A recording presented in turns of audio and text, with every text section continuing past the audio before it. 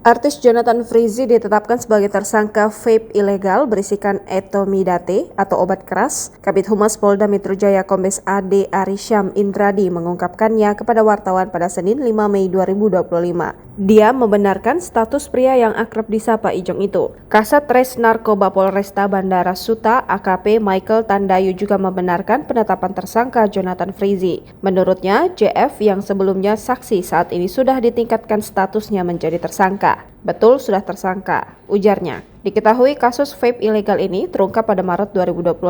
Jonathan Frizzy sudah menjalani pemeriksaan sebagai saksi buntut kasus tersebut. Pemeriksaan terhadap Ijong, sapaan akrabnya, berdasarkan penahanan 3 orang yang membawa vape isi obat keras jenis etomidate. Vape berisi obat keras tersebut dibawa dari luar negeri dan berhasil diamankan oleh Bea Cukai Bandara Soekarno-Hatta, Tangerang pada Maret 2025. Setelah polisi mendalami kasus tersebut, JF atau Jonathan Frizzy kemudian dipanggil untuk menjalani pemeriksaan sebagai saksi.